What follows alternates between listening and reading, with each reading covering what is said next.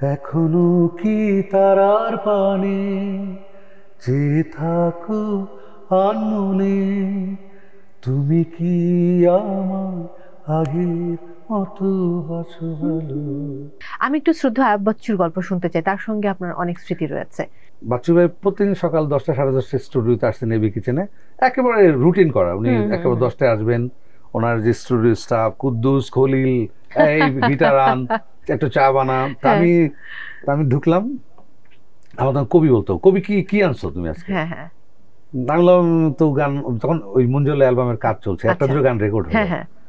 আমি বললাম বস আমি তো এই একটা গান আনছি। তখন উনি সিগারেট খাইতেছে আর চা খাইতেছে। তা আমার মনে হয় যে পড়লো এরকম 30-40 সেকেন্ড পর্যন্ত গেছে। এই কুদ্দুস ওই নাইলন স্ট্রিং আর রেকর্ডার টান, তখন মোবাইলে গান রেকর্ড হয় না, হ্যাঁ। তখন রেকর্ডার আর নাইলন স্ট্রিং দিল।